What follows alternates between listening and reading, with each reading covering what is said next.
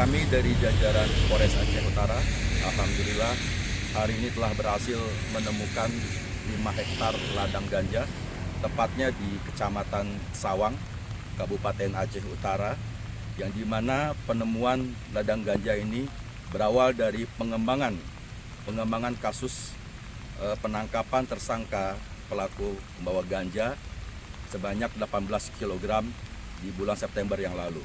Dari hasil penangkapan dan pengembangan pelaku tersebut, alhamdulillah tim Satres Narkoba Polres Aceh Utara telah berhasil menemukan 5 titik ladang ganja di Kabupaten Aceh Utara dengan sebanyak kurang lebih 40.000 batang pohon ganja dengan berbagai ukuran, ada yang 2 meter, ada yang 1,5 meter, bahkan ada bibit 30-50 cm.